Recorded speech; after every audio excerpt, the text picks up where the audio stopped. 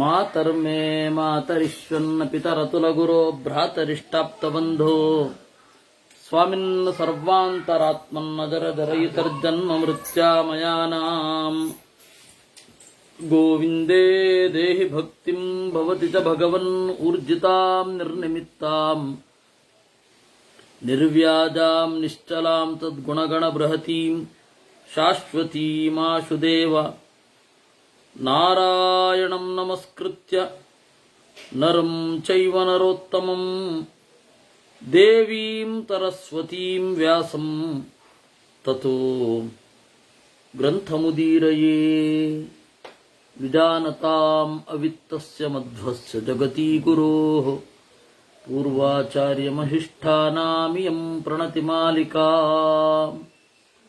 ಸೂಕ್ತಿರತ್ನಾಕರೇ ರಮ್ಯೇ ಮೂಲರಾಮಾಯಣಾರ್ಣವೇ ವಿಹರಂತೋ ಮಹೀಯಾಂ ಸ ಪ್ರೀಯಂತಾಂ ಗುರವೋ ಮಮ ವಾಲ್ಮೀಕಿರ್ಗೌಃ ಪುನೀಯಾನ್ನೋ ಮಹೀಧರಪದಾಶ್ರಯಾ ಯತ್ಕಾವ್ಯಮುಪಜೀವಂತಿ ಕವಯಸ್ತರಣಕಾ ಇವ.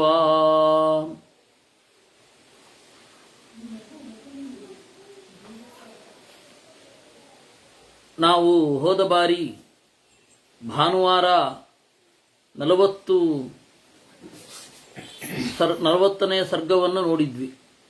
ಈಗ 41ನೆಯ ಸರ್ಗ.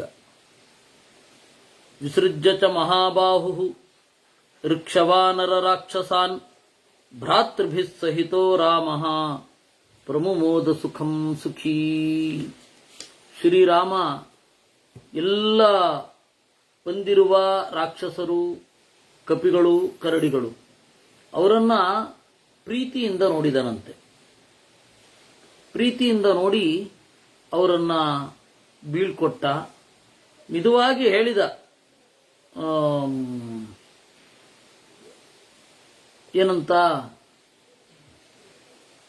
ನೀವು ನಿಮ್ಮ ಕರ್ತವ್ಯವನ್ನು ಮಾಡಬೇಕು, ಅದೇ ನನಗೆ ಪ್ರೀತಿ. ನೀವು ರಾಜ್ಯವನ್ನು ಅಲ್ಲಿಟ್ಟುಕೊಂಡು ಅಲ್ಲಿ ಒಂದು ದೊರೆಯಾಗಿ ಇಲ್ಲಿ ಬಂದು ಕೂಡೋದು ಅನ್ನೋದು ಅಷ್ಟು ಸರಿಯಾದದ್ದಲ್ಲ. ಕರ್ತವ್ಯ ಅಲ್ಲಿದೆ. ಇಲ್ಲಿಯೇ ಕೂತ್ರೆ ಅಲ್ಲಿ ಕರ್ತವ್ಯ ಮಾಡೋದು ಯಾರು? ನೀವು ರಾಜರು ಬೇರೆ ಆಗಿದ್ದೀರಾ. ಕೆಲವರು ತೀರಾ ಯಾವುದೋ ಮೂಲೆಯ ಹಳ್ಳಿಯಲ್ಲಿ ಅಥವಾ ಅಲ್ಲಿಯ ಕಾನ್ಸ್ಟಿಟ್ಯೂಯೆನ್ಸಿಯಲ್ಲಿ MLA ಆಗಿ ಬೆಂಗಳೂರಿಗೆ ಬಂದು ಸೆಟ್ಲ್ ಆಗ್ಬಿಟ್ಟು ಹೋಗೇ ಇರಲ್ವಲ್ಲ, ಆ ತರಹ ಆಗಬಾರ್ದಲ್ವಾ. MP ನೋ MLA ನೋ ಆಗಿ ಮತ್ತೆ ಆಚೆ ತಿರುಗಿ ಕೂಡ ನೋಡಲ್ಲ. ಈ ಕರ್ಣ, ಬಾಹ್ಲಿಕ ಅವರೆಲ್ಲ ಹಾಗಾಗಿದ್ದು. ನಮ್ಮ ವಿಖ್ಯಾತ ವಿಜ್ಞಾನಿ ನ್ಯೂಟನ್ ಅವನನ್ನು ತಗೊಂಡು ಹೋಗಿ ರಾಜ್ಯಸಭಾ ಸದಸ್ಯನನ್ನಾಗಿ ಮಾಡಿಬಿಟ್ರು ಸೆನೆಟ್ ಅಲ್ಲಿ. ಬ್ರಿಟಿಷರೋ ಅಮೆರಿಕಾದಲ್ಲೋ ಯಾವುದೋ ಒಂದು ಕಡೆ ಬ್ರಿಟಿಷರು. ಅವನು ರಾಯಲ್ ಸೊಸೈಟಿಯಲ್ಲಿ ಸುಖವಾಗಿ ರಿಸರ್ಚ್ ಮಾಡಿಕೊಂಡಿದ್ದ, ರಾಯಲ್ ಸೊಸೈಟಿ ಆಫ್ ಸೈನ್ಸ್ ನಲ್ಲಿ. ಅವನನ್ನು ತಗೊಂಡು ಹೋಗಿ ರಾಜಕೀಯ, ಅವನು ಮಾತಾಡಿದ ಒಂದೇ ಒಂದು ಡೈಲಾಗು ಎದ್ದು ನಿಂತಂತೆ. ಇವನು ಏನು ಹೇಳಲಿಕ್ಕಿದ್ದಾನೆ ಅನ್ಬೇಕಾದ್ರೆ ಶಕೆ ಆಗ್ತಾ ಇದೆ, ಕಿಟಕಿ ಬಾಗಿಲು ತೆಗೀರಿ ಅಂತ ಅಷ್ಟೇ ಅವನು ಮಾತಾಡಿದ್ದು. ಒಬ್ಬ ಧುರೀಣಾಗಿ ಆ ತರಹ ಆಗಬಾರದಲ್ಲ. ಅದರಿಂದಾಗಿ ಈ ತೆಂಡೂಲ್ಕರ್ನ MLC ಮಾಡಿಬಿಟ್ಟಿದ್ರು ಹಾಗೆ. ಅದರಿಂದ ಇವೆಲ್ಲ ಸುಮ್ಮನೆ ಹಾಗಲ್ಲ. ನಿಮ್ಮ ಕರ್ತವ್ಯವನ್ನ ನೀವು ಅಂಟಿಕೊಳ್ಳಬೇಕು, ಕರ್ತವ್ಯಕ್ಕೆ ಬದ್ಧರಾಗಿ ಇರಬೇಕು. ಅದರ ಜೊತೆಗೆ ನನ್ನ ಪ್ರೀತಿಯೂ ಇರಲಿ ಅಂತ ರಾಮ ಹೇಳಿತ್ತು.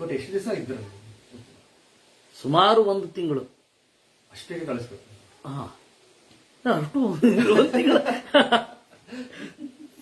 ಅಲ್ಲ, ಇಲ್ಲಿ ನಮಗೆ ಇಲ್ಲಿ ಲೆಕ್ಕ ಸಿಗಲ್ಲ. ಸರಿಸುಮಾರು 1 ತಿಂಗಳು ಅಂತ ಹೇಳಿ ಗೊತ್ತಾಗತ್ತೆ. ಹನುಮಂತನೂ ಹೋಗಿ ಬರ್ತಾ ಇದ್ದ. ಏನ್ ಕೆಲಸ ಮಾಡ್ತಾ ಇದ್ದ, ಏನು ಕರ್ತವ್ಯ ಇರಲಿಲ್ವಲ್ಲ ಅಂತ ಅದೊಂದು ಪ್ರಶ್ನೆ ಬಂದ್ರೆ ಏನ್ ಮಾಡ್ಲಿಕ್ಕೆ ಬರಲ್ಲ. ಅದು ಹೋಗಿ ಬಂದು ಮಾಡ್ತಾ ಇದ್ದ ಅಂತ ಅಷ್ಟು ಗೊತ್ತಾಗತ್ತೆ. ಮತ್ತೆ ಇದು ರಾಮನ ಪೂಜೆಗೆ ಹೂವ ತರ್ತಿದ್ದು ಅಂತ ಅಲ್ಲ, ರಾಮನ ಪೂಜೆಯನ್ನ ಎಲ್ಲಿ ಬೇಕಾದ್ರೆ ಮಾಡಬಹುದು. ಈಗ ಮಧ್ವ ವಿಜಯದಲ್ಲಿ ರಾಮನ ಪೂಜೆಗಾಗಿ ಹೂವು ತರ್ತಾ ಇದ್ದ ಅಂತ. ರಾಮನ ಪೂಜೆಗಾಗಿ ಅಂತಲ್ಲ, ಪೂಜೆಗಾಗಿ ಹೂವು ತರ್ತಾ ಇದ್ದ. ಎಷ್ಟು ಅಂದ್ರೆ ಉಸಿರು ತಾಗಬಾರದು, ಉಗುರು ತಾಗಬಾರದು, ನೆರಳು ಬೀಳಬಾರದು ಅಂತ ಹೇಳಿ ಬಹಳ ಇದು ಮಾಡ್ಕೊಂಡು ಬರ್ತಾ ಇದ್ದ. ಅದಕ್ಕಿಂತ ಸುಲಭವಾಗಿ ಅವ್ನು ಬೆಟ್ಟ ತಂದ್ಬಿಟ್ಟ ಅಂತ. ಅದು ಎಲ್ ಬೇಕಾದ್ರೆ ಮಾಡಬಹುದು, ಇಲ್ಲಿಯೇ ಮಾಡಬೇಕು ಅಂತಿಲ್ಲ. ಅವರ ಪ್ರತೀಕಾಲಂಬನರಲ್ವೇ? ಪ್ರತೀಕಾಲಂಬನರು ನಾವು. ಪ್ರತೀಕದಲ್ಲಿ ದೇವರನ್ನ ಕಾಣುವವರು ಅವ್ಯಾಪ್ತೋಪಾಸಕರು. ವ್ಯಾಪ್ತೋಪಾಸಕರು ಅಂತ ಏನಿದ್ದಾರೆ ಅವರನ್ನ ಅಪ್ರತೀಕಾಲಂಬನರು ಅಂತ ಎಲ್ಲಿ ಬೇಕಾದ್ರೆ ಕಾಣಬಹುದು. ಹೀಗಾಗಿ ಅದು ಗಮಕ ಆಗಲ್ಲ ಇಲ್ಲೇ ಇದ್ದ ಅನ್ಲಿಕ್ಕೆ. ಪುಷ್ಪ ಏನಕ್ಕೆ ಉಪಯೋಗ? ಅಲ್ಲ, ತಂದು ಎಲ್ಲಿ ಬೇಕಾದ್ರೆ ಪೂಜೆ ಮಾಡಬಹುದು. ಅವನಿದ್ದಲ್ಲಿಗೆ ರಾಮ ಹೋಗ್ತಾ ಇದ್ದ, ಆದ್ದರಿಂದ ಅಯೋಧ್ಯೆಯಲ್ಲಿದ್ದ ಅಂತ ಹೇಳಿಕ್ ಬರಲ್ಲ. ವಾಸ್ತವವಾಗಿ ಇಲ್ಲಿ ನಮಗೆ ವಾಲ್ಮೀಕಿ ರಾಮಾಯಣದಲ್ಲಿ ಏನು ಗೊತ್ತಾಗೋದಿಲ್ಲ. ಕಿಂಪುರುಷ ಖಂಡದಲ್ಲಿ ನಿತ್ಯ ಸನ್ನಿಹಿತನಾಗಿದ್ದ. ಭಾಗವತ ಹೇಳೋದು ಕಿಂಪುರುಷ ಖಂಡದ ಕಥೆಯನ್ನ. ಹೀಗಾಗಿ ಹನುಮಂತ ಅಯೋಧ್ಯೆಯಲ್ಲಿ ಬಹಳ ಇದ್ದ ಅಂತ ಹೇಳಿಕ್ ಬರಲ್ಲ. ಕಿಂಪುರುಷದ ಖಂಡದ ಲೊಕೇಶನ್ ಇದು ಉತ್ತರದಲ್ಲೇನಾ? ಉತ್ತರ ಕುರು ಅದೃಶ್ಯ ಅಲ್ವಾ? ಅಲ್ಲ, ಅದೇ ಉತ್ತರ ಕುರು. ಉತ್ತರ ಅಲ್ಲ, ಉತ್ತರ ಕುರು. ಉತ್ತರ ಕುರು ಅಂತ ಹೇಳಿ ಹಿಮಾಲಯದ ಆಚೆ ಅದೃಶ್ಯವಾದ ಭೂಮಿ ಭಾಗ ಇದೆ. ಆಚೆಯಲ್ಲಿ ಅಂತ. ಅದರಿಂದಾಗಿ ಇದು ಎಲ್ಲ ಸಾವಕಾಶವಾದ ವಾಕ್ಯಗಳು. ರಾಮನ ಅರ್ಚನೆಗೆ ಅವನು ಹೂವ ತರ್ತಾ ಇದ್ದ ಅನ್ನೋದಾಗ್ಲಿ, ಅವನು ಕಿಂಪುರುಷ ಖಂಡದಲ್ಲಿ ವಾಸ ಮಾಡ್ತಾ ಇದ್ದ ಅನ್ನೋದಾಗ್ಲಿ, ರಾಮನ ಭಕ್ತನಾಗಿದ್ದ ಅಂತಾಗ್ಲಿ, ಅದೆಲ್ಲವೂ ಸಾವಕಾಶವಾದ ವಾಕ್ಯಗಳು. ಅಂದ್ರೆ ಅವನು ಅಯೋಧ್ಯೆಯಲ್ಲಿಯೇ ಇದ್ದ ಅಂತ ಹೇಳಲಿಕ್ಕೆ ಬರಲ್ಲ. ಎಲ್ ಬೇಕಾದ್ರೆ ಇರಬಹುದು. ಅಯೋಧ್ಯೆಯಲ್ಲೂ ಇರಬಾರದು ಅಂತ ಹೇಳ್ತಾ ಇಲ್ಲ, ಇಲ್ಲಿ ನಮಗ್ ಗೊತ್ತಾಗ್ತಾ ಇಲ್ಲ ಅಂತ ಹೇಳ್ತಾ ಇರೋದಷ್ಟೇ. ಆ ತರಹದ್ದೇನಾದ್ರು ವಾಕ್ಯ ಒಂದು ಕಂಡು ಬಂದ್ರೆ ಅದನ್ನ ಒಪ್ಪಿಕೊಳ್ಳೋದು ಅದೇನು. ಅಷ್ಟು 1000 ವರ್ಷ ಅವನು ಸುಮಾರು 14,700 ವರ್ಷ ಏನೋ ಆಳಿದ ಅಂತ ಹೇಳ್ತಾರಲ್ವಾ? ಅಲ್ಲ, 10,000 ವರ್ಷ, 13,000 ವರ್ಷ ಅಂತನ್ನೋದು 27 ದಿವಸಕ್ಕೆ ಒಂದು ತಿಂಗಳು ಅಂತ ಇಟ್ಕೊಂಡಾಗ, 30 ದಿವಸಕ್ಕೆ ಒಂದು ತಿಂಗಳು ಅಂತ ಇಟ್ಕೊಂಡಾಗ 10,000 ವರ್ಷ ಆಗತ್ತೆ. ದಶವರ್ಷ ಸಹಸ್ರಾಣಿ ದಶವರ್ಷ ಶತಾನಿಚ ಅಂತ ಇಲ್ಲಿ ವಾಲ್ಮೀಕಿ ರಾಮಾಯಣದ ಯುದ್ಧಕಾಂಡದಲ್ಲಿ ಬರುವಂತಹ ಮಾತು. ಮತ್ತೆ ಅದೇ ತ್ರಯೋದಶ ಸಹಸ್ರ ಅಂತ ವಿಷ್ಣು ಪುರಾಣದಲ್ಲಿ ಬರುತ್ತೆ. ಅದಕ್ಕೆ ಆಚಾರ್ಯರು ಲೆಕ್ಕವನ್ನು ಕೂಡಿಸ್ತಾರೆ, ಇದು ಹೀಗೆ ಅಂತ. ಅಲ್ಲ, ಇರ್ಲಿ, ಅದನ್ನ ಮಾತನಾಡಿದ, ಬರ್ತಾ ಇದ್ದ ಹೋಗ್ತಾ ಇದ್ದ ಅನ್ನೋದನ್ನ ಒಪ್ಕೊಳ್ಬಹುದು. ಆದ್ರೆ ಅಲ್ಲೇ ಇದ್ದ ಅನ್ನೋದಕ್ಕೆ ಪ್ರೂಫ್ ಇಲ್ಲ. ಇವ್ರು ಎಂತೆಂತದ ಕತೆ ಹೇಳ್ತಾರೆ. ಒಂದೊಂದು ಮಣಿಯಲ್ಲೂ ರಾಮ ಇದ್ದ ಅಂತ ನೋಡ್ಕೊಂಡು ಹಿಂಗೆ ಎಸಿತಾ ಇದ್ದ ನೋಡಿ, ನಿಮ್ಮ ಕಚ್ಚುತ್ತಾ ಇದ್ದ, ಏನೇನ್ ಕತೆಗಳವೆಲ್ಲ ಬಾಲಿಶ ಅಂತಲ್ವಾ. ಅದು ಏನಂತಂದ್ರೆ ಅವನಿಗೆ ಇದು ಮಾಲೆ ಕೊಟ್ಬಿಟ್ನಂತೆ. ಸೀತೆ ಕೊಟ್ಟಿದ್ ಮಾಲೆ, ಸೀತೆ ಕೊಟ್ಟಿದ್ದು ಅದೇ ಕೊಟ್ಟಿದ್ ಮಾಲೆ ನೋಡದಂತೆ ಕಚ್ಚಿ ಹಿಂಗೆ ಎಸಿತಾ ಇದ್ದಂತೆ. ಯಾಕೆಂದ್ರೆ ಇಲ್ಲಿ ರಾಮ ಇಲ್ಲ, ರಾಮ ಇಲ್ಲ, ರಾಮ ಇಲ್ಲ. ಅದು ಏನ್ ಕಥೆಯೋ ದೇವರಿಗೆ ಗೊತ್ತು. ಆಮೇಲೆ ಈಗ ಏನೇನೋ ಕಥೆಗಳಿರುತ್ತೆ. ಎದೆ ಸೀಳಿ ತೋರಿಸಿದ್ದು. ಆಮೇಲೆ ಇನ್ನೊಂದು ಅವನು ಸೀತೆಯನ್ನ ಕೇಳದಂತೆ, ನೀವ್ ಯಾಕೆ ಕೇಸರಿನೋ ಕುಂಕುಮನೋ ಹಚ್ಕೋತೀರಾ ಅಂತ. ರಾಮ ಚೆನ್ನಾಗಿರ್ಬೇಕು ಅಂತ ಹಚ್ಕೊಳ್ತೀವಿ ಅಂತ. ಮಾರನೇ ದಿವಸ ಮೈ ತುಂಬಾ ಹಚ್ಕೊಂಡ್ ಬಂದ್ಬಿಟ್ಟ, ಸಿಂಧೂರವೋ ಏನೋ. ಇವೆಲ್ಲ ಏನು, ಇದು ಯಾವ ಕಥೆಗಳು? ಕಾಮನ್ ಸೆನ್ಸ್ ಇಲ್ದೇ ಇರೋರು ಮಾಡಂತ ಕೆಲಸಗಳು ಇವೆಲ್ಲ. ರಾಮ ಹನುಮಂತ ಅಂದ್ರೆ ಏನು, ಅವನ ಗತ್ತೇನು, ಅವನ ವಿದ್ಯೆ ಏನು, ಅದನ್ನೇ ಹೇಳ್ತಾರೆ. ನಗದ್ಗದೀನಾಶ್ರುಮುಖೋ ಬಭೂವ ಧೀರ ಧಿಯಾಂ ವಿಕ್ರಿಯಾ ನಭವೇದ್ಧಿ ಧೀರ ಧಿಯಾಂ ಅಂತ. ನಗದ್ಗದೀನಾಶ್ರುಮುಖೋ ಬಭೂವ, ದೇವರು ಹೊರಡುವಾಗ ಅಳದೇ ಇರೋನು ಹನುಮಂತ ಒಬ್ಬನೇ, ಅಳ್ಳಿಲ್ಲ ಅಂತ ಅವನು. ನಗದ್ಗದೀನಾಶ್ರುಮುಖೋ ಬಭೂವ ಅಂತ ಸಂಗ್ರಹ ರಾಮಾಯಣದಲ್ಲಿ. ಅಳ್ಳಿಲ್ಲ, ಗಂಟ್ಲು ಕಟ್ಲಿಲ್ಲ, ದೇವರ ಅನುಗ್ರಹ ಮಾಡಿದಾಗ. ನವಿಕ್ರಿಯಾ ಧೀರ ಧಿಯಾಂ ಭವೇದ್ಧಿ, ಧೀರ ಪ್ರಜ್ಞೆ ಇರುವವರಿಗೆ ವಿಕಾರ ಆಗೋದಿಲ್ಲ ಅಂತ. ಮತ್ತೆ ಭಾಗವತ ತಾತ್ಪರ್ಯದಲ್ಲಿ ಮಧ್ವಾಚಾರ್ಯ ಹೇಳಬೇಕಾದ್ರೆ, ದೇವರ ಬಗ್ಗೆ ಮಾತನಾಡುವಾಗ ಗಂಟ್ಲು ಕಟ್ಟಿಸ್ಕೊಳ್ಬೇಡಿ. ಮಿತಿಮೀರಿ ಬಂದ್ರೆ ಏನು ಪರವಾಗಿಲ್ಲ, ಅದು ಒಂದು ಸ್ವಲ್ಪ. ಉಳಿದಂತೆ ನಿಮ್ಮ ಭಾವ ವಿಕಾರವನ್ನ ಹೊರಗಡೆ ತೋರಿಸಬೇಡಿ. ಯಾಕೆ ಅಂತಂದ್ರೆ ಕಪಟ ಬುದ್ಧಿಗಳವರು ಕೂಡ ತೋರಿಸಿ ಓ ಅಂತ ಹೇಳಿ ಸ್ಟುಡಿಯೋದಲ್ಲಿ ಹತ್ತು ಬಿಡ್ತಾರೆ. ಅಂತದ್ದೆಲ್ಲ ಮಾಡಬೇಡಿ, ಗಂಭೀರವಾಗಿರ್ಬೇಕು. ಅದರಿಂದಾಗಿ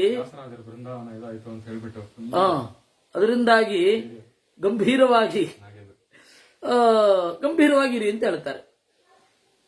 ಯಾವುದೇ ವಿಕಾರಕ್ಕೆ ಒಳಗಾಗದೆ ಇದನ್ನ ದೇವರ ಬಗ್ಗೆ ಮಾತನಾಡುವಾಗ ಎಷ್ಟೇ ಭಾವುಕತೆ ಬಂದರೂ ಕೂಡ ಅದನ್ನ ಮನಸ್ಸಿನಲ್ಲಿಯೇ ಸಹಿಸಿ.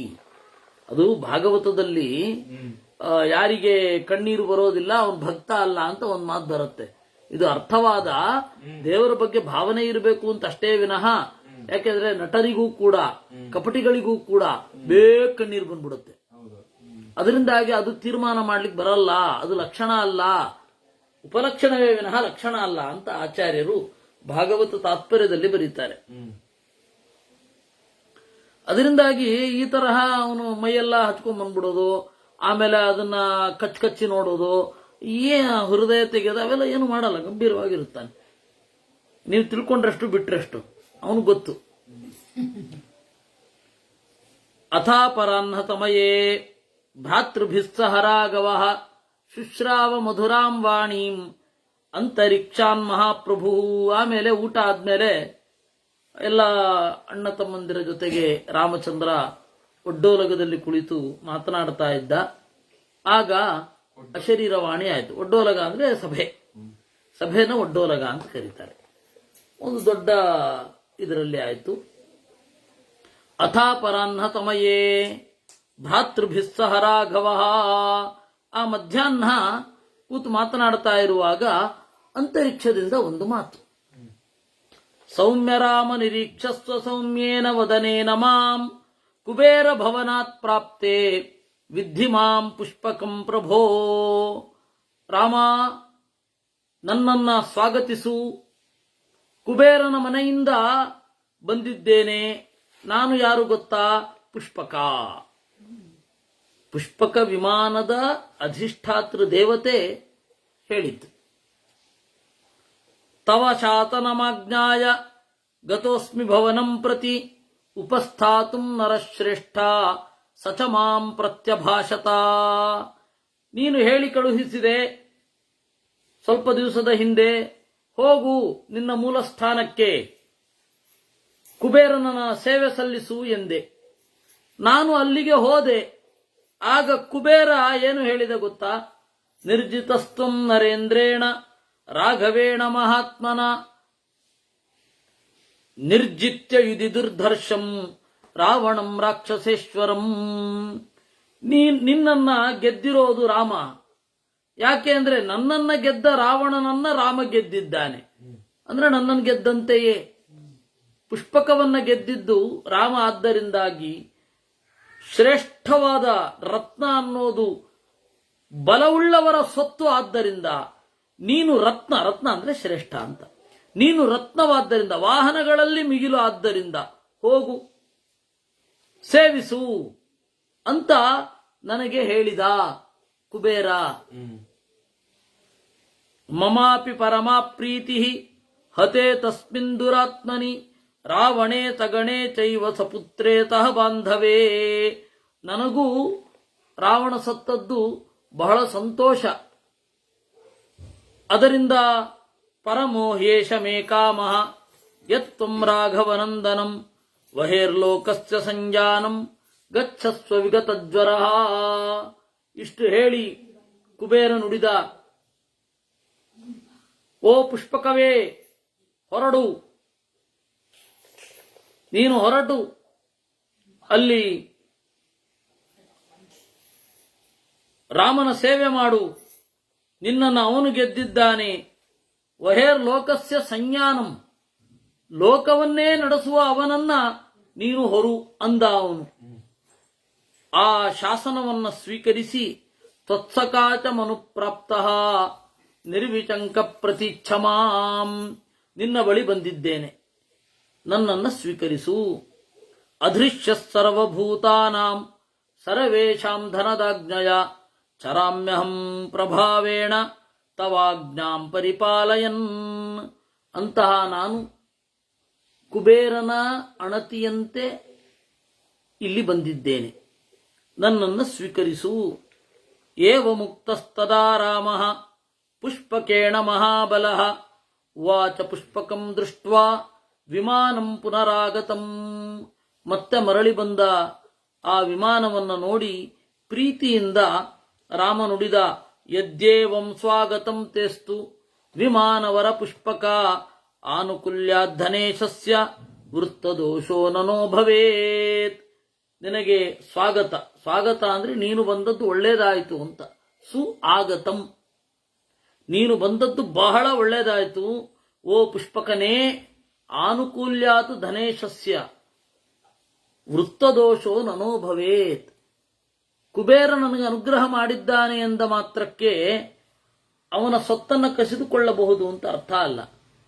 ಮನೆ ನಿಮ್ದೇ ಅಂದ್ರೆ ಹೋಗಿ ಕುಕ್ಕುರ್ಸ್ಕೊಂಡ್ಬಿಡ್ಲಿಕ್ಕಾಗಲ್ಲ. ಅದರ ಒಂದು ನಾವು ಅದರ ಔಚಿತ್ಯ ಅನೌಚಿತ್ಯಗಳನ್ನು ನೋಡಬೇಕಾಗತ್ತೆ. ಅದರಿಂದಾಗಿ ಈ ವಿಮಾನವನ್ನ ಅವನು ಕಳಿಸಿರೋದು ಅದು ಅವನ ದೊಡ್ಡಸ್ತಿಕೆ, ನಮಗೆ ಬೇಡ. ನಾನಿದನ್ನು ಸ್ವೀಕರಿಸಿಲ್ಲ ಅಂತಲ್ಲ, ಆದರೆ ವೃತ್ತದೋಷೋ ನನೋ ಭವೇತ್, ನಮ್ಮ ನಡತೆಯಲ್ಲಿ ದೋಷ ಬರಬಾರದು.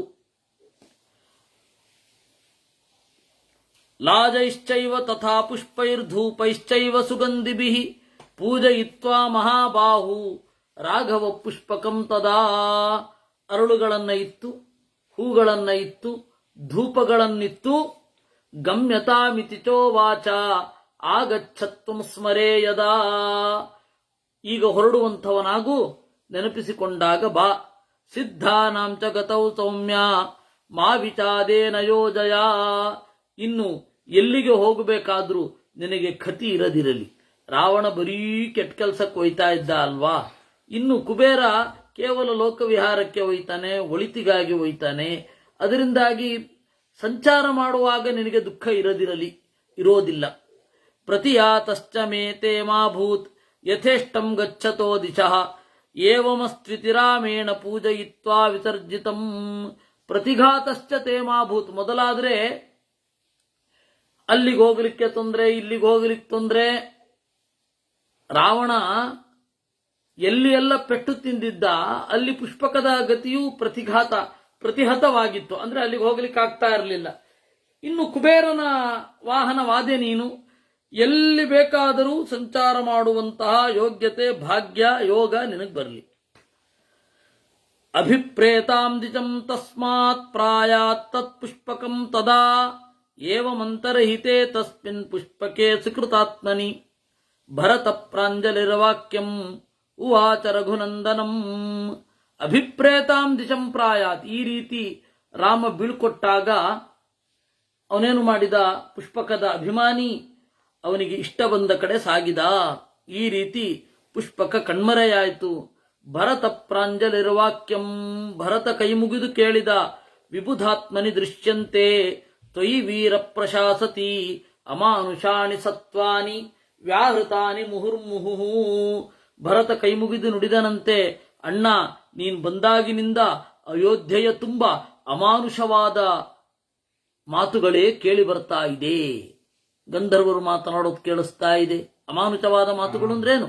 ಗಂಧರ್ವರು ಅಮಾನುಷ ಅಂತಂದ್ರೆ ರಾಕ್ಷಸರದ್ದು ಅಂತ ಅರ್ಥ ಅಲ್ಲ. ಯಾಕೆಂದ್ರೆ ಮಾನುಷವಲ್ಲದೆ ಇರೋದು ಅಂತ ಅಷ್ಟೇ ಅರ್ಥ.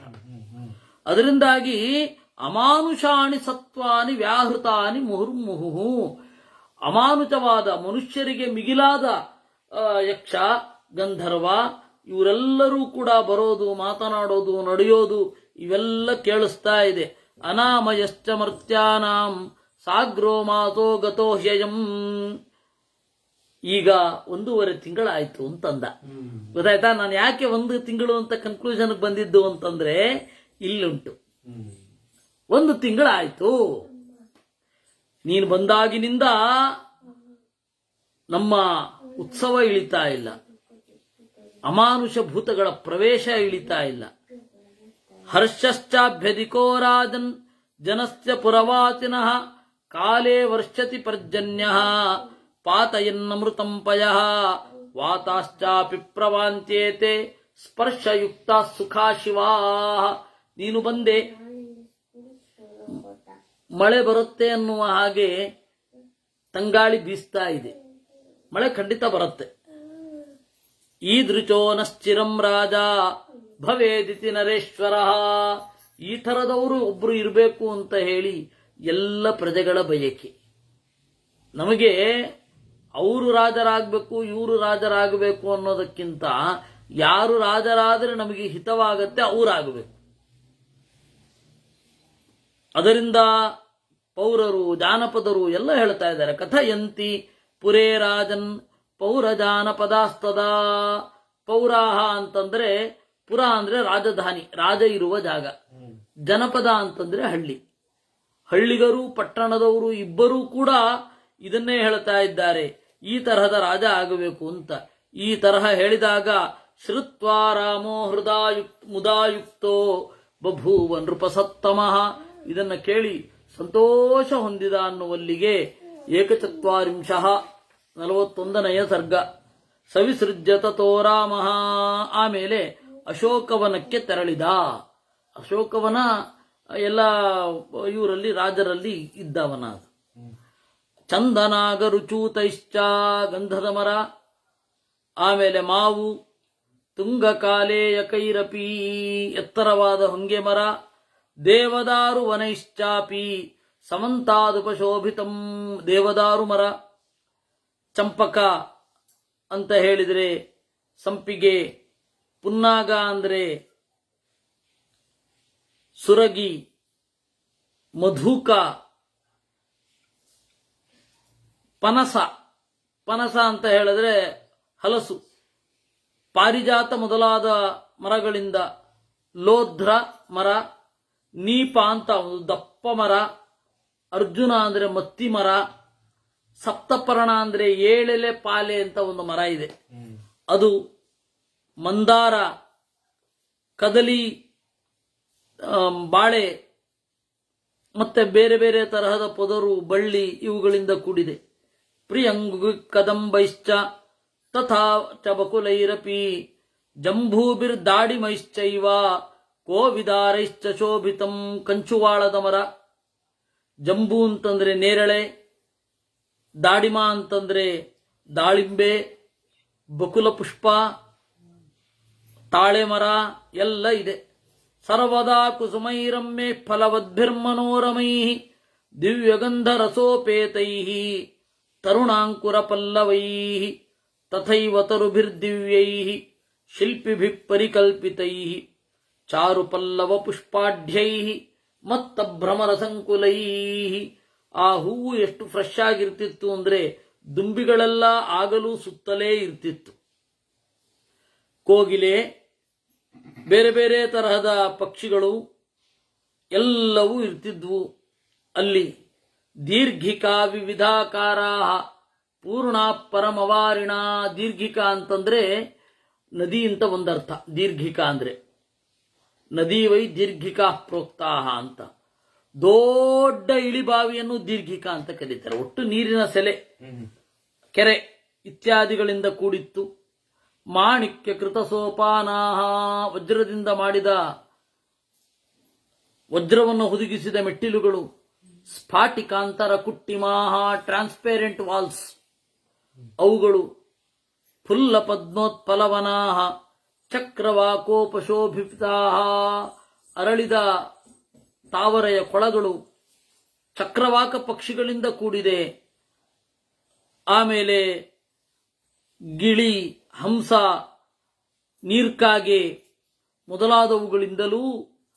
ತರುಭಿ ಪುಷ್ಪಶಬಲೈ, ಹೂವಿನ ಥರಥರದ ಬಣ್ಣಗಳಿಂದ ಕೂಡಿದ, ಬಣ್ಣ ಬಣ್ಣದ ಹೂಗಳಿಂದ ಕೂಡಿದ ಅನೇಕ ಮರಗಳು ಅವುಗಳಿಂದ ಕಂಗೊಳಿಸಿದೆ.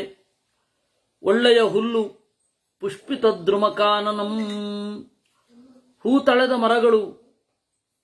ಈ ತರಹದ ಸೊಗಸಾದ ಒಂದು ಕಾನನಂ ಸನ್ನಿವೇಚನಂ ತಥಾಭೂತಂ ಹಿ ರಾಮಸ್ಯ ಕಾನನಂ ತನ್ನಿವೇಚನಂ. ಮನಸ್ಸಿಗೆ ಆನಂದವನ್ನು ನೀಡುವ ಪರಿಸರ. ಅಲ್ಲಿ ಆ ಉದ್ಯಾನದ ಒಳಗಡೆ ಲತಾಗೃಹ, ಬಳ್ಳಿಮಾಡ ಅಂತ ಕನ್ನಡದಲ್ಲಿ ಹೇಳುತ್ತಾರೆ.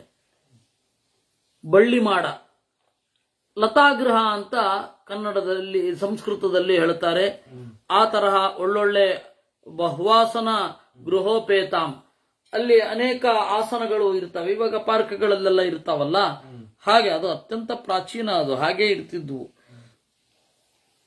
ಈ ತರಹ ಎಲ್ಲ ಇರಬೇಕಾದ್ರೆ ಅಶೋಕವನದಲ್ಲಿ ಹೋಗಿ ಕುಶಾಸ್ತರಣ ಸಂಸ್ತೀರ್ಣೆ ರಾಮಸ್ಸನ್ನಿಶಸಾದ ಸೀತಾಮಾದಾಯ ಹಸ್ತೇನ ಮಧುಮೈರೇಯಕಂ ಶುಚಿ. ಈ ತರಹದ ಸೊಗಸಾದ ಉದ್ಯಾನದಲ್ಲಿ ದರ್ಭೆಯ ಆಸನದ ಮೇಲೆ ಹಾಕಿದ ದರ್ಭೆಯ ಚಾಪೆಯ ಮೇಲೆ ಕುಳಿತುಕೊಂಡು ಸೀತೆಯನ್ನು ಕರೆದುಕೊಂಡು ಮಧುಮೈರೇಯ ಕಂಪ್ರತಿ ಹಿಟ್ಟಿನಿಂದ ಮಾಡಿದ ಮದ್ಯವನ್ನೂ ಪಾಯಯ ಮಾಸಕ ಕುತ್ಸ್ಥಃ ಶಚೀಮಿವ ಪುರಂದರಃ ಇಂದ್ರ ಶಚಿಗೆ ಕುಡಿಸಿದ ಹಾಗೆ ತನ್ನ ಕೈಯಾರೆ ಆ ಮದ್ಯವನ್ನು ಕುಡಿಸಿದ. ಇದನ್ನಿಟ್ಟುಕೊಂಡು ಆ ಭಗವಾನ್ ಗಲಾಟೆ ಮಾಡೋದು ನೋಡಬೇಕು. ಈಗ ರಾಮನನ್ನ ಈ ಎಷ್ಟೋ ಜನ ಕವಿಗಳು, ಎಷ್ಟೋ ಜನ ವಿಮರ್ಶಕರು ಪೂರ್ವಸೂರಿಗಳೊಡನೆ ಅಂತ ಹೇಳಿ ನಮ್ಮ ಎನ್ ಮೂರ್ತಿರಾಯರು ಒಂದು ಪುಸ್ತಕ ಬರೆದಿದ್ದಾರೆ. ಎನ್ ಮೂರ್ತಿರಾವ್ ದೇವರು ಬರೆದ ಎನ್ ಮೂರ್ತಿರಾವ್ ಅವರು ಪೂರ್ವಸೂರಿಗಳೊಡನೆ ಅಂತ ಸೀತಾಪರಿತ್ಯಾಗ ವಾಲ್ಮೀಕಿಯಲ್ಲಿ, ಸೀತಾಪರಿತ್ಯಾಗ ರಘುವಂಶದಲ್ಲಿ, ಸೀತಾಪರಿತ್ಯಾಗ ಭವಭೂತಿಯಲ್ಲಿ, ಸೀತಾಪರಿತ್ಯಾಗ ಭಾಸಾದಿಗಳಲ್ಲಿ ಅಂತ ಒಂದು ವಿಷಯವನ್ನ ಬರೆದಿದ್ದಾರೆ. ಪರವಾಗಿಲ್ಲ, ಆದ್ರೆ ಚೆನ್ನಾಗಿ ಬರೆದಿದ್ದಾರೆ. ಅದನ್ನೆಲ್ಲ ಒಳ್ಳೆಯ ಸಂಸ್ಕೃತ ವಿದ್ವಾಂಸರು, ಸೌಜನ್ಯ ಇತ್ತು ಅವರಿಗೆ. ಅವರು ಪರವಾಗಿಲ್ಲ ಏನೋ ಬರೆದಿದ್ದಾರೆ. ಆದರೆ ಅವರು ಜಡ್ಜ್. ಅದರಲ್ಲಿ ರಾಮ ತಪ್ಪು ಮಾಡಿದ್ದಾನೆ, ಅವನು ಇವ್ರ ಮುಂದೆ ನಿಂತ್ಕೊಂಡು ಗಡ ಗಡ ಗಡ ನಡುಕ್ತಾ ಇರೋ ಹಾಗೆ, ಇವರು ಹೊರಡಿಕೆ ಕೊಡೋ ಹಾಗೆ, ಅಂದ್ರೆ ಆ ತರಹ ಆ ಧೋರಣೆಯಲ್ಲಿ ಬರೆದಿದ್ದಾರೆ ಅಂತ. ಆ ರೂಪಕವನ್ನೇನು ಮಾಡಿಲ್ಲ. ಇನ್ನು ಕರ್ನಾಟಕದಲ್ಲಿ ಪೋಲಂಕಿ ರಾಮಮೂರ್ತಿ ಅಂತ, ಅವನ ಹೆಸರೇ ರಾಮ, ಪೋಲಂಕಿ ರಾಮಮೂರ್ತಿ ಅಂತ, ಅವನು ಸೀತಾಯಣ ಅಂತ ಹೇಳಿ ಬರುದು. ಅದರಲ್ಲಿ ವಾಲ್ಮೀಕಿ ರಾಮಾಯಣ ಎಷ್ಟು ಕೆಟ್ಟದಾಗಿ ಸೀತೆಯನ್ನು ಚಿತ್ರಿಸಿದೆ ಅಂತ ಬರೀತಾನೆ. ಅದರಲ್ಲೆಲ್ಲ ಈ ತರಹ ರಾವಣ ಹೊಗಳದಾಗ ಸಂತೋಷ ಪಡ್ತಾಳೆ. ಇದು ಭಿಕ್ಷು ರೂಪದಲ್ಲಿ ಬಂದಾಗ ರಾವಣ ಹೊಗಳದಾಗ ಸಂತೋಷ ಪಡ್ತಾಳೆ. ಹೌದಮ್ಮ ನೀನ್ ಚೆನ್ನಾಗಿದ್ಯಾ ಅಂತ ದೊಡ್ಡವರು ಹೇಳಿದ್ರೆ ಸುಮ್ಮನೆ ಮುದುಕ ಅನ್ಲಿಕ್ಕಾಗತ್ತಾ? ಒಬ್ಬ ವಯಸ್ಸಾದವರು ಒಬ್ಬ ಹುಡುಗಿಯನ್ನು ನೋಡಿ ಚೆನ್ನಾಗಿದ್ದೀ ಕಣಮ್ಮ, ಸಂತೋಷ ಆಯ್ತು ನಿನ್ನ ನೋಡಿ ಅಂತಂದ್ರೆ ಸುಮ್ಮನೆ ಮುದುಕ ಅನ್ಲಿಕ್ಕಾಗತ್ತಾ? ಏನೋ ಅಂತ ಹೇಳಿ ನಾಚಿಕೊಳ್ಳುತ್ತಾಳೆ, ಅಥವಾ ನಕ್ಕು ಸುಮ್ಮನೆ ಆಗ್ತಾಳೆ. ಸೀತೆ ಹಾಗೆ ಮಾಡಿದವಳಷ್ಟೇ, ಅದು ದೊಡ್ಡ ಸಂಗತಿ ಅಲ್ಲ. ಇವರು ಅದನ್ನು ನೋಡಿ ಒಳಗಡೆಯಿಂದ ಆನಂದ ಪಡ್ತಾಳೆ ಅಂತ ಇವರೇ ಹೋಗಿ ಅನುಭವಿಸಿದ ಹಾಗೆ. ಆಮೇಲೆ ಅದರಲ್ಲಿ ಇದು ಒಂದು ಸೀತಾಯಣದಲ್ಲಿ ಇದೊಂದು ಪಾಯಿಂಟ್ ಇದೆ. ಪಾಯಯಾಮಾಸ ಕಾಕುತ್ಸ್ಥಃ ಶಚೀಮಿವ ಪುರಂದರ ಮಾಂಸಾನಿ ಚ ಸುಮೃಷ್ಟಾನಿ ಫಲಾನಿ ವಿವಿಧಾನಿ ಚ. ಹಿಟ್ಟಿನಿಂದ ಮಾಡಿದ ಮದ್ಯ ಮೊದಲಾದವುಗಳನ್ನ ಕುಡಿಸ್ತಾ ಸೀತೆಗೆ, ಆಮೇಲೆ ಮಾಂಸವನ್ನ ತಿನ್ನಿಸ್ತಾ ಇದ್ದ ಅಂತ ಹೇಳಿ ಉಂಟು. ಅದರಲ್ಲಿ ಏನಿದೆ? ಕೊಡ್ಲಿಲ್ಲ ಅಂದ್ರೆ ಇನ್ನೊಂದು ತಪ್ಪಾಗಿರೋದಲ್ವಾ? ಅದೇ ಹೆಂಡತಿಗೆ ಅವನೇ ತಿಂತಾ ಇದ್ದ. ರಾಮ ತಿಂದ್ರೆ ನಿಮ್ಗೇನಪ್ಪ ಸಂಕಟ? ಅವನ್ ದೇವರಲ್ಲ ಅಂತಲ್ಲ, ನಾವು ತಿನ್ನಲ್ಲ ಅಂತ ನಾವು ಹೇಳ್ತಾ ಇರೋದೇ ವಿನಃ ದೇವ್ರು ತಿನ್ನಲ್ಲ ಅಂತ ಅಂದ್ವಾ ನಾವು? ಅಥವಾ ರಾಮ ತಿನ್ಬಾರ್ದು ಅಂದ್ವಾ? ಅಥವಾ ರಾಮ ತಿಂದ್ರೆ ನಾವು ಪೂಜೆ ಮಾಡಲ್ಲ ಅಂದ್ವಾ? ಇದು ಯಾವುದಕ್ಕೂ ಸಂಬಂಧವೇ ಇಲ್ಲ ವಸ್ತುತಃ. ಕ್ಷತ್ರಿಯನನ್ನ ಬ್ರಾಹ್ಮಣ ರೇಂಜಿಗೆ ಇಳಿಸಿ ನೋಡೋದು ಅವಶ್ಯಕ ಅಲ್ಲ. ಅದು ನಾವು ಈಗ ಇದು ಬೇಕಾದ್ರೆ ದುಶ್ಯಾಸನ ದ್ರೌಪದಿಯನ್ನ ಎಳೆದು ಹೋದ್ಮೇಲೆ ಸ್ನಾನ ಮಾಡಿಸ್ಲಿಕ್ಕೂ ನಾವು ಹಿಂಜರಿಯಲ್ಲ. ಯಾಕಂದ್ರೆ ದ್ರೌಪದಿ ಅವಾಗ ಯಾವ ಅವಸ್ಥೆಯಲ್ಲಿದ್ಲು? ಇವರು ಹೋಗಿ ಮಡಿಯಲ್ಲಿ ಸ್ನಾನ ಮಾಡಿಸಿ ಯಾರು? ಅದಲ್ಲ. ಅದು ಎಳೆದು ಸ್ನಾನ ಮಾಡದೇ ಇರೋದಕ್ಕೆ ನಾಶವಾಯಿತು ಅಂತಲೂ ಹೇಳಿ ಯಾರು ಮುಡಿಯುವಂತರು? ಅದಲ್ಲ. ಆದ್ರೆ ಅಲ್ಲಿರೋದು ಸಮಸ್ಯೆ ಅದಲ್ಲ. ಅವ್ರು ಯಾರು ಅಂತ ನೋಡ್ಬೇಕು. ನಾವು ಹಾಗೆ ಮಾಡಬಾರದಷ್ಟೇ. ನಾವು ಹಾಗೆ ಮಾಡ್ಲಿಕ್ಕಿಲ್ಲ. ಅದಕ್ಕೊಂದಕ್ಕೊಂದಕ್ಕೆ ಸಂಬಂಧವೇ ಇಲ್ಲ. ರಾಮಸ್ಯಾಭ್ಯವಹಾರಾರ್ಥಂ ಕಿಂಕರಾಸ್ತೂರ್ಣಮಾಹರನ್. ರಾಮನ ಊಟ ಅವತ್ತು ಉದ್ಯಾನದಲ್ಲೇ ಆಯ್ತಂತೆ. ರಾಮಸ್ಯ ಅಭ್ಯವಹಾರಾರ್ಥಂ, ಅಭ್ಯವಹಾರ ಅಂದ್ರೆ ಊಟ. ಉಪಾನೃತ್ಯನಶ್ಚ ರಾಜಾನಂ ನೃತ್ಯ ಗೀತ ವಿಚಾರದ. ಅವನು ಊಟ ಮಾಡುವಾಗ ಅಲ್ಲಿ ನರ್ತನಾದಿಗಳನ್ನ ಮಾಡಿದರು. ಅಪ್ಸರೋರಗ ಸಂಘಾಶ್ಚ ವಾನರೀ ಪರಿವಾರಿತಾ ದಕ್ಷಿಣಾರೂಪವತ್ಯಶ್ಚ ಸ್ತ್ರೀಯಪ್ಪಾನವಚಂಗತಾ. ಅಪ್ಸರೆಯರು ಬಂದರಂತೆ, ಅಲ್ಲಿ ಕಿನ್ನರಿಯರು ಬಂದರಂತೆ. ದಕ್ಷಿಣಾಹ ಕಾವ್ಯಾದಿಗಳಲ್ಲಿ ಪರಿಣತರು. ದಕ್ಷಿಣ ಅಂತಂದ್ರೆ ಜಾಣ, ಚತುರ ಅಂತ ಅರ್ಥ. ದಕ್ಷಿಣಾಹ ಗಾಯಕ ಅಂದ್ರೇನು? ಚತುರರಾದ ಹಾಡುಗಾರರು ಅಂತ. ಈಗ ಗೊತ್ತಾಯ್ತಾ? ದಾಕ್ಷಿಣ್ಯ ಅಂದ್ರೇನು? ಜಾಣ್ಮೆ ಅಂತ ಅರ್ಥ. ಅದೇ ದಾಕ್ಷಿಣ್ಯ ಮಾಡ್ಕೊಳ್ಬೇಡ ಅಂದ್ರೆ ಇವರು ಅರ್ಥ ಮರ್ತೋಗಿದ್ದಾರೆ ಅವರು. ಅಂದ್ರೆ ಒಬ್ರಿಗೆ ತೊಂದರೆ ಆಗತ್ತೇನೋ ಅಂತ ಮೊದಲೇನೆ ತಮ್ಮನ್ನು ವಿತ್ಡ್ರಾ ಮಾಡ್ಕೊಳ್ಳೋದಿದೆಯಲ್ಲ, ಅವನು ಚತುರನಾಗಿರ್ಲೇಬೇಕು. ದಾಕ್ಷಿಣ್ಯ ಅಂದ್ರೆ ಚಾತುರ್ಯ ಅನ್ನೋದು ಸಂಕೋಚ ಅನ್ನೋ ಅರ್ಥದಲ್ಲಿ ಪರ್ಯವಸಾನ ಆಗೋಯ್ತು. ಹಾಗೆ ಅಪ್ಸರೋ ರಗಸಂಘಾಶ್ಚ, ನಾನು ನಿನ್ನೆ ಅದನ್ನೇ ಹೇಳಿದ್ದು. ಭಾಷೆ ನಾವು ಅನುವಾದ ಮಾಡ್ತಾ ಇರೋದೇ ತಪ್ಪು. ಫೇತ್ ಅಂದ್ರೆ ವಿಶ್ವಾಸ, ರಿಲಿಜನ್ ಅಂದ್ರೆ ಧರ್ಮ, ರ್ಯಾಷನಾಲಿಟಿ ಅಂತಂದ್ರೆ ಶುಷ್ಕವಾದ ವಿಚಾರ, ಭಕ್ತಿ ಅದರಲ್ಲಿ ಸೇರಲ್ಲ, ಇತ್ಯಾದಿ ಭ್ರಮೆಗಳಿಂದ ಆಚೆ ಬರಬೇಕಿದೆ ಅಂತ ನಾವು ಅನುವಾದ ಮಾಡ್ತಾ ಇರೋದೇ ಮೊದಲನೇ ತಪ್ಪು. ನಮಗೆ ಪದದ ನಿಜವಾದ ಅರ್ಥ ಆಗಬೇಕು. ಅದಕ್ಕಾಗಿ ಹಿಂದೆ ಬೀಳ್ಬೇಕು. ಅದಕ್ಕೊಂದು ಸ್ವಲ್ಪ ಟೈಮ್ ಕೊಡಬೇಕಾಗತ್ತೆ, ಯಾಕಂದ್ರೆ ನಾವು ಅದನ್ನು ಬಳಸ್ತಾ ಇದ್ದೀವಿ. ಹಾಗೆ ಹೇಳಿದ್ದು. ಇರಲಿ, ಅಪ್ಸರೆಯರು, ಕಿನ್ನರಿಯರು ಅವರೆಲ್ಲರೂ ದಕ್ಷಿಣಾಹ. ಕಿನ್ನರಿ ವಾನರಿ ಇಲ್ಲ ಇಲ್ಲ, ಕಿನ್ನರಿ ಅಲ್ಲ. ಕಿನ್ನರಿ ಅಂತಂದ್ರೆ ಮನುಷ್ಯರೋ ಇಲ್ವೋ ಅಂತ ಅವ್ರ ಬಗ್ಗೆನೂ ಡೌಟ್ ಬರುತ್ತೆ.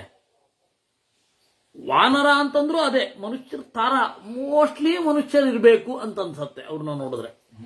ಕಿನ್ನರಿಯರು ಅಂದ್ರೆ ಮನುಷ್ಯರು ಹೌದೋ ಅಲ್ವೋ ಅಂತ ಖಚಿತವಾದ ಡೌಟ್ ಇದ್ರೆ ಕಿನ್ನರರು. ಆಲ್ಮೋಸ್ಟ್ ಮನುಷ್ಯರ ತರ ಇದ್ರೆ ಅಂದ್ರೆ ವಾನರರು. ಕಿನ್ನರರು ಕೆಂಪುರುಷರು ಒಂದೇನಾ? ಅಲ್ಲ, ಕಿಂಪುರುಷ ಅಂದ್ರೆ ಗಂಡ ಹೌದೋ ಅಲ್ವೋ ಅಂತ ಡೌಟ್. ಗಂಡ ಹೌದು ಅರ್ಧಮಸ್ಯ ಯಥಾ ಪುಂಸಃ ಅರ್ಧಮಸ್ಯ ಯಥಾ ಸ್ತ್ರೀಯ. ಇವನು ಅರ್ಧವನ್ನು ನೋಡಿದ್ರೆ ಗಂಡಸರ ತರ ಕಾಣುತ್ತಾನೆ, ಇವನು ಅರ್ಧವನ್ನು ನೋಡಿದ್ರೆ ಹೆಂಗಸರ ತರ ಕಾಣುತ್ತೆ ಅಂದರೆ ಅವರು ಕಿಂಪುರುಷರು. ಅದರಿಂದಾಗಿ ಕಿಂಪುರುಷ ಮತ್ತೆ ಕಿನ್ನರರಿಗೆ ಒಂದು ಸ್ಲೈಟ್ ಡಿಫರೆನ್ಸ್ ಇದೆ. ಉತ್ತರದಲ್ಲಿ ಕಿನ್ನರ್ ಅಂದ್ರೆ ಇವ್ರಿಗೂ ಈ ಬಳಸ್ತಾರೆ. ಅಲ್ಲ, ಕಿಂಪುರುಷ ಅಂತ ಅನ್ನೋದು ಬಳಸ್ಬೇಕು ಅವರು.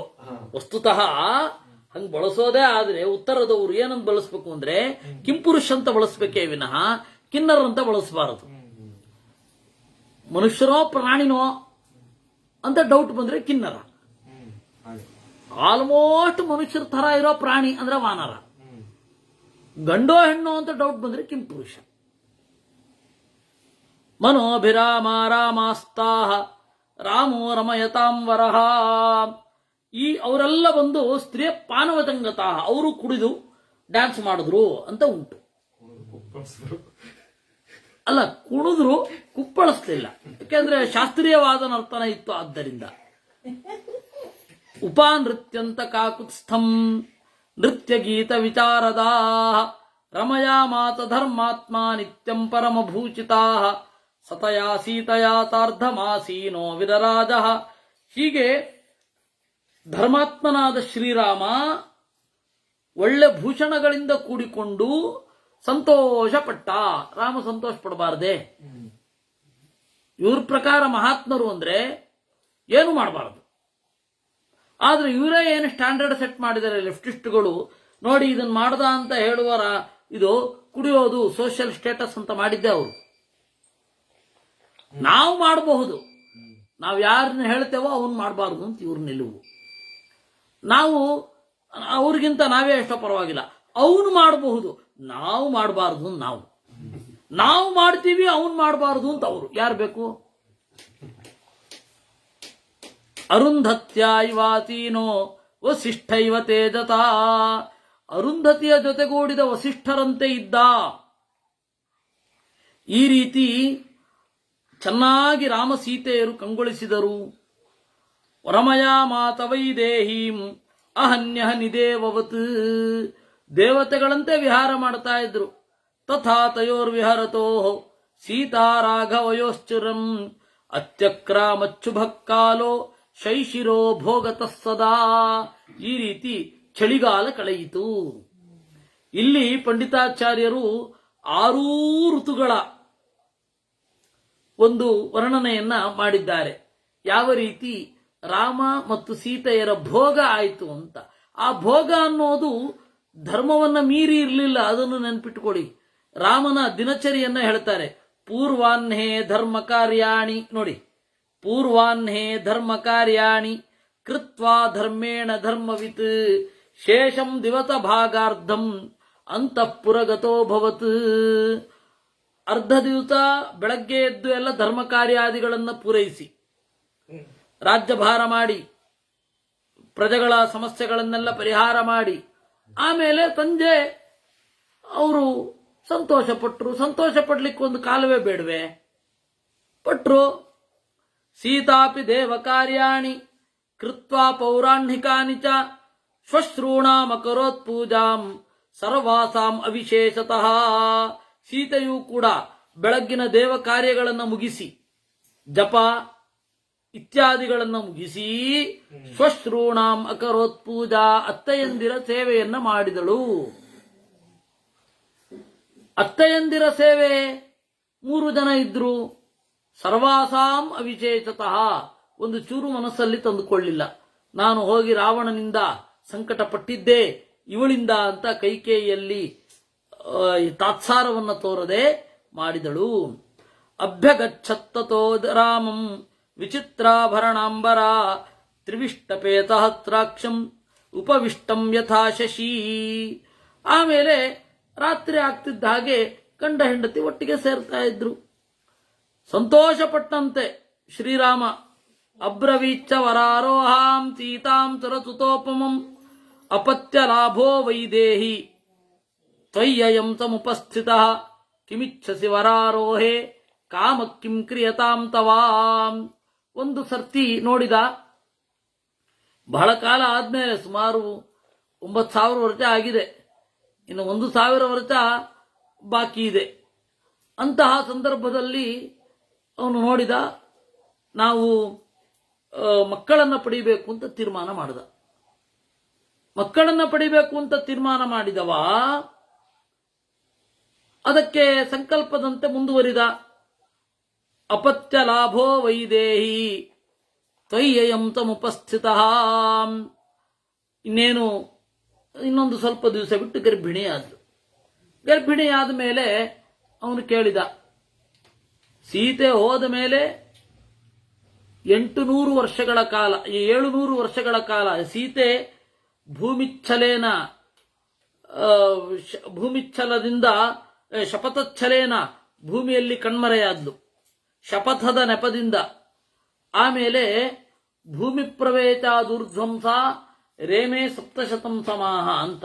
ಸೀತೆ ಭೂಮಿ ಪ್ರವೇಶ ಮಾಡಿದ ಮೇಲೆ 700 ವರ್ಷ ರಾಮ ಭೂಮಿಯಲ್ಲಿ ಕಾಣಿಸಿಕೊಂಡ. ಅಲ್ಲಿಂದ 14 ವರ್ಷ ವಾಪಸ್ ಬನ್ನಿ, 14-15 ವರ್ಷ ವಾಪಸ್ ಬನ್ನಿ. ಅವಾಗ ಎಷ್ಟಾಗತ್ತೆ? 9,000 ಚಿಲ್ಲರೆ ವರ್ಷಗಳಾಗಿದೆ. ಅಷ್ಟಾದ ಮೇಲೆ, ಅವರು ದಾಂಪತ್ಯ ಆದ ಮೇಲೆ ಅವಳು ಗರ್ಭಿಣಿ ಆದ್ಲು. ಕಾಲ ಗೊತ್ತಾಗಲ್ಲ ಇಲ್ಲಿ.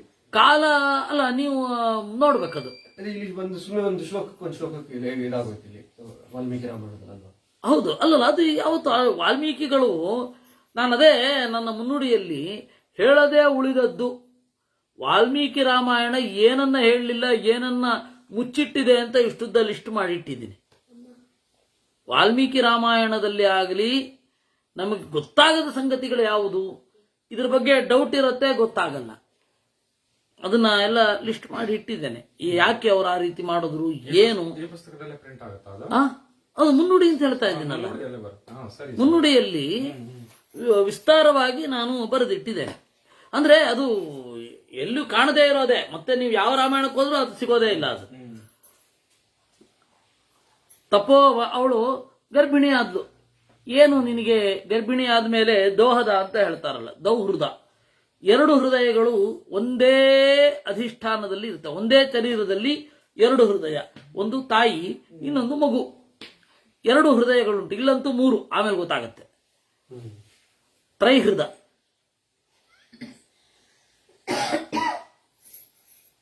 ಅದರಿಂದ ಏನಾಯಿತು,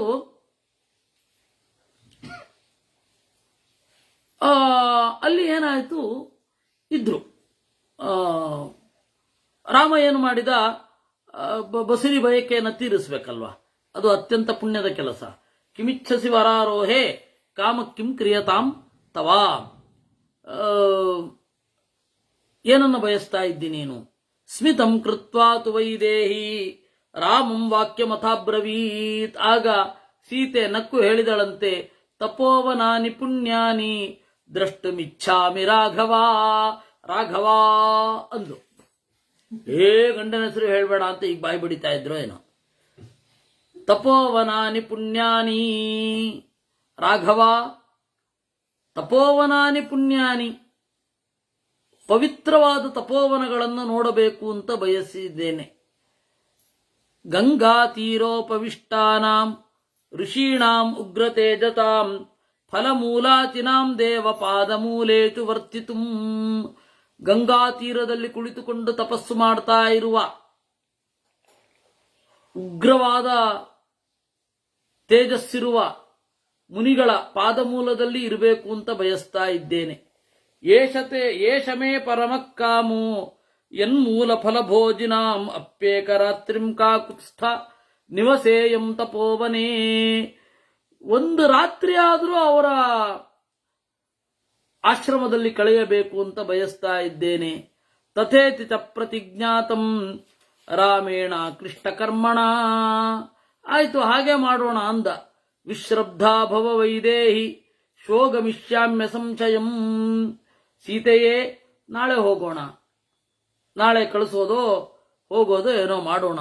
ಏವ ಮುಕ್ತ್ವಾ ತು ಕಾಕುತ್ಸ್ಥೋ ಮೈಥಿಲೀಂ ಜನಕಾತ್ಮಜಾಂ ಮಧ್ಯಕಕ್ಷಾಂತರಂ ರಾಮೋ ನಿರ್ಜಗಾಮ ಸುಹೃದ್ವೃತಃ.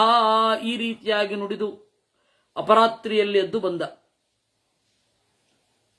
ಯಾಕೆ ಅಂದ್ರೆ ಗೂಢಚಾರರ ಪತ್ತೇದಾರರ ರಿಪೋರ್ಟ್ ಕೇಳಬೇಕಿತ್ತು, ಅದಕ್ಕೆ ಬಂದ ಅವನು. ಈ ಎಲ್ಲ ಕಡೆ ಸುತ್ತಾಡಿ ಏನು ಇಂಟೆಲಿಜೆನ್ಸ್ ರಿಪೋರ್ಟ್ ಅಂತ ಇರುತ್ತಲ್ಲ, ಅದನ್ನ ಕೇಳಬೇಕು ಅವರು. ಬಂದ ಅವನು ಅನ್ನುವಲ್ಲಿಗೆ 24 ಸರ್ಗ, 42ನೇ ಸರ್ಗ.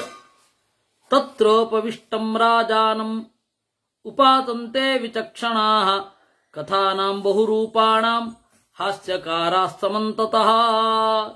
ಅಲ್ಲಿ ರಾಜನನ್ನ ಕುರಿತು ಬಹಳ ಜನ ಗೆಳೆಯರು ಕಾಯ್ದುಕೊಂಡಿದ್ರು. ಕಥಾನಾಂ ಬಹುರೂಪಾಣಾಂ, ಥರಥರದ ಸುದ್ದಿಗಳನ್ನು ತಂದವರು. ಹಾಸ್ಯಕಾರ ಸಮಂತತಃ, ಯಾವ ಸಂಗತಿಯನ್ನೂ ತಮಾಷೆಯಾಗಿ ಹೇಳುವವರು ಅನೇಕ ಜನ ಅಲ್ಲಿ ಇದ್ರು. ವಿಜಯೋ ಮಧುಮತ್ತಶ್ಚ, ವಿಜಯ, ಮಧುಮತ್ತ, ಕಾಶ್ಯಪ, ಮಂಗಲ, ಕುಲ, ಸುರಾಜಿ, ಕಾಲಿಯ, ಭದ್ರ, ದಂತವಕ್ರ, ತುಮಾಗಧ ಇವರೆಲ್ಲರೂ ಕೂಡ ನಟರು. ಅವ್ರದ್ದೇನು ಅಂತ ಹೇಳಿದ್ರೆ ಕೆಲಸ ರಾಮ ನಗುವ ಹಾಗೆ ಮಾಡಬೇಕು. ಒಂದು ಸ್ವಲ್ಪ ಹೊತ್ತು ಎಂಟರ್ಟೈನ್ಮೆಂಟ್ ಇರಲೇಬೇಕು. ನಮ್ಮ ಸ್ಕ್ರೀನ್ ಟೈಮ್ ಇದ್ದ ಹಾಗೆ ಒಂದೊಂದು ಎಂಟರ್ಟೈನಿಂಗ್ ಟೈಮ್ ಆ ಥರದ್ದೊಂದು ಇರಬೇಕು. ಅವರು ನಾಟಕಗಳನ್ನ, ರೂಪಕಗಳನ್ನ, ಸುಮಾರು 10 ತರಹದ ರೂಪಕಗಳಿದೆ. ದಶರೂಪಕ ಅಂತ, ಅದರಲ್ಲಿ ನಾಟಕ, ಡಿಮ, ಸಮವಕಾರ, ಈಹಾ ಮೃಗ ಆಯ್ತೆ, ಈ ತರಹ ಬೇಕಾಷ್ಟು ಬಾಣ ಎಲ್ಲ ಈ ತರದ್ದು ಮೊದಲಿಂದ. ಧನಂಜಯ ಅಂತ ಒಬ್ಬ ದಶರೂಪಕ, ಅವನು ಬರೀತಾನೆ. ಆಮೇಲೆ ಭರತನ ನಾಟ್ಯಶಾಸ್ತ್ರದಲ್ಲಿ ಎಷ್ಟು ತರಹದ ನಾಟಕಗಳಿದೆ. ವೀಥಿ ಅಂತಂದ್ರೆ ಬೀದಿ ನಾಟಕ,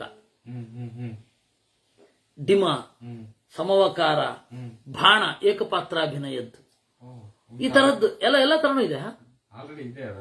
ಇಲ್ಲ ಯಾವುದು ಹೊಸದಿಲ್ಲಪ್ಪ. ಇವರು ಏನು ಇದೆಲ್ಲ ಮಾಡ್ತಾರಲ್ಲ, ಯಾವುದೂ ಹೊಸದಿಲ್ಲ.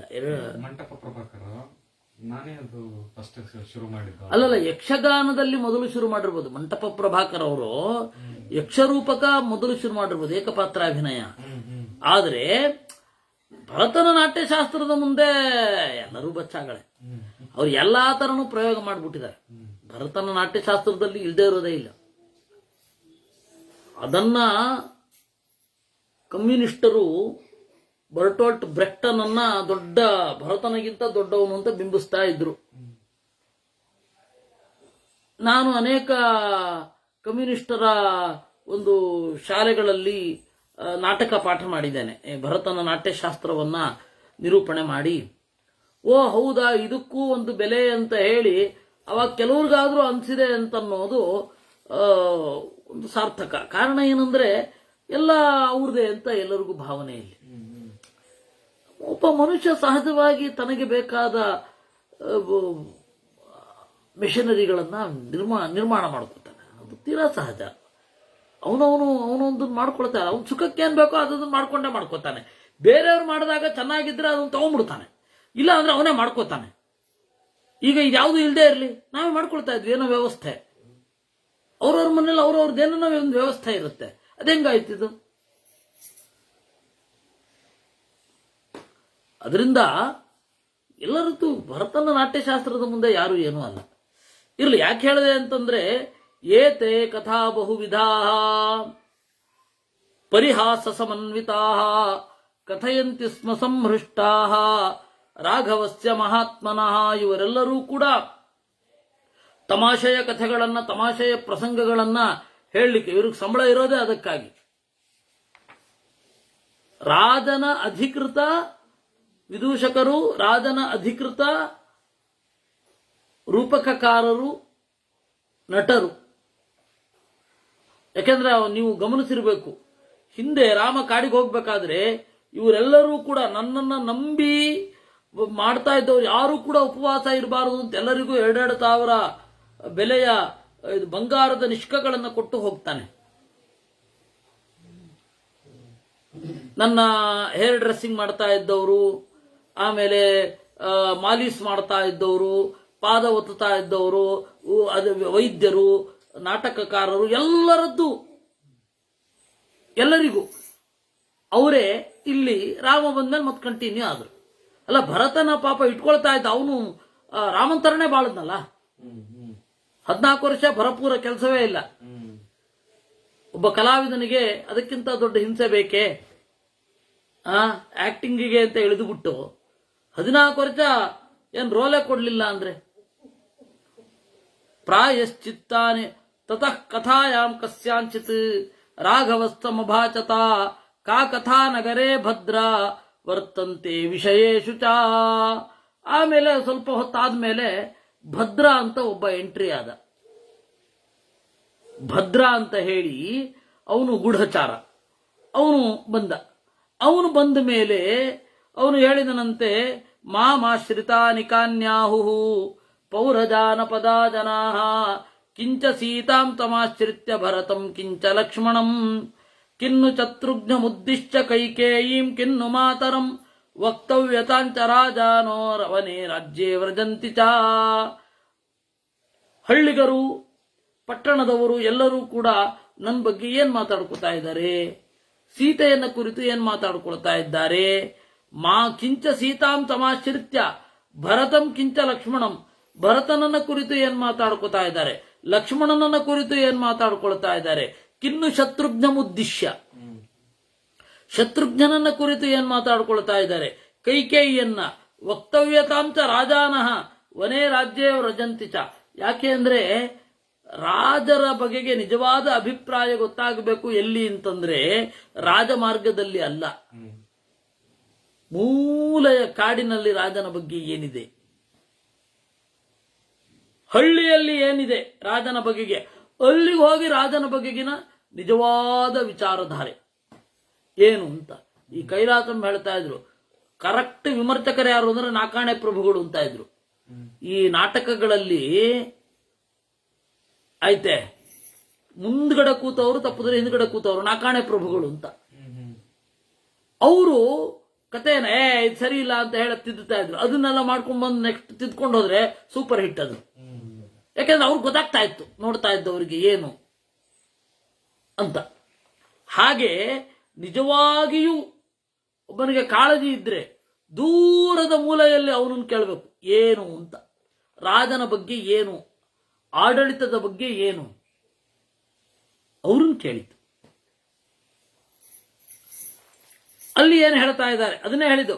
ವಕ್ತವ್ಯತಾಂತ ರಾಜಾನೋ ವನೇ ರಾಜ್ಯೇ ವ್ರಜಂತಿ ಚ ಅಂದಾಗ ಏವ ಮುಕ್ತೇ ತುರಾಮೇಣ ಭದ್ರ ಪ್ರಾಂಜಲಿರಬ್ರವೀತ್. ಕೈಗಳನ್ನು ಮುಗಿದ ಭದ್ರ ನಾಳೆ ತನಕ ಸಮಯ ಕೊಡಿ ಎಂದ. ಕೃಷ್ಣ ಅರ್ಪಣಮಸ್ತು. ನಾಳೆ ಹೇಳುವ.